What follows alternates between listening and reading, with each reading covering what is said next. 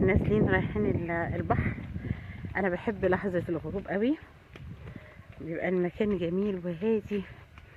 الناس كلها بقى رجعت من المية، بياخدوا حماماتهم وبننام وبنتغدى. الاول بنتغدى وبعدين بننام بنرتاح، وبعد كده بننزل بالليل بنروح بقى شارع النيل على الكورنيش، ونروح شارع اسكندرية. اماكن حلوة كتير، شايفين ابداع والله. لوحة ماشية وسط لوحة. ايه رايكم في الجمال الرباني ده؟ سبحان الله، حلو قوي. شايفين جميلة ازاي القرية؟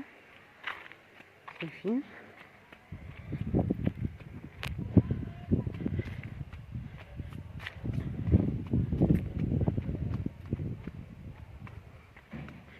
وقت الغروب حلو جدا، بنحب نتمشى على البحر.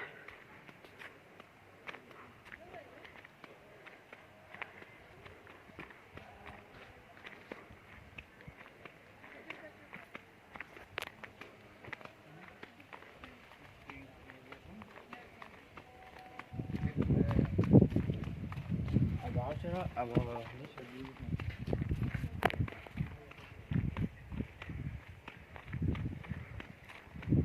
كده احنا رايحين ناحية البحر.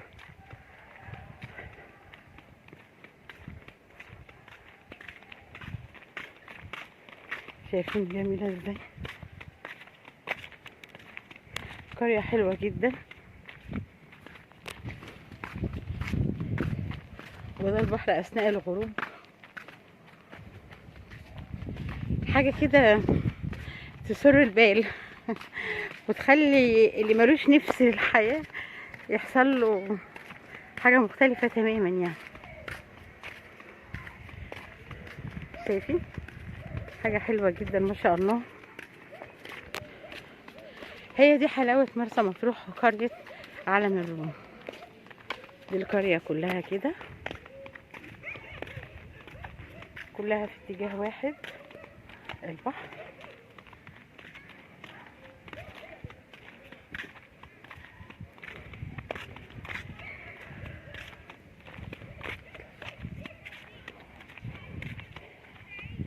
يا جماعة زي ما قلت لكم، ناس بعتولي على الخاص الليلة بكام.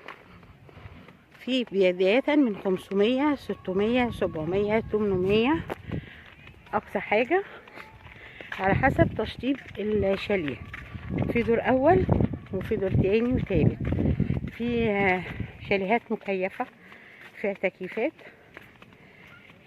بس هي كلها على البحر. شايفين اماكن الالعاب دي كمان، مراجيح للاطفال. الناس بتحب تيجي تتفرج، بيبقى مع ولادهم. شايفين ملاهي حلوة قوي للاطفال.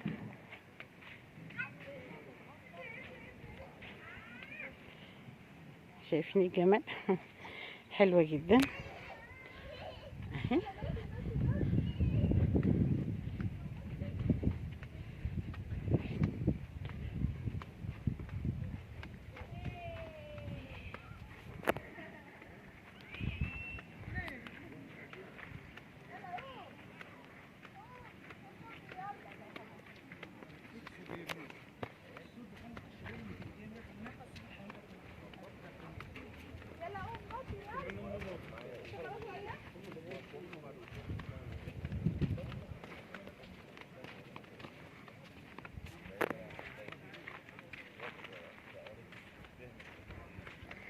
عايزة اقول لكم ان مرسى مطروح هي بالظبط 4 ساعات من القاهرة.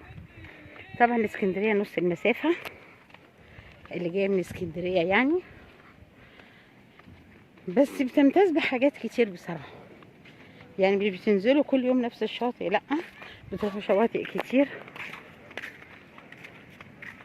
واللي ما عندوش رغبة ينزل برا، يخرج برا القرية، بيفضل في القرية نفسها، وكل يوم نفس البحر. حلو جدا. شايفين المية وساعة الغروب؟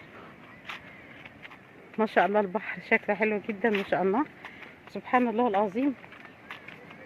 يعني حاجة وهمي.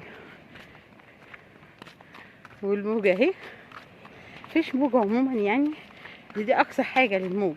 عامة مطروح مفيهاش امواج خالص، اللي ما بيعرفش يعوم بيتعلم هنا.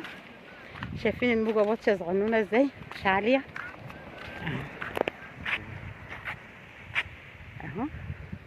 ده البحر وقت الغروب،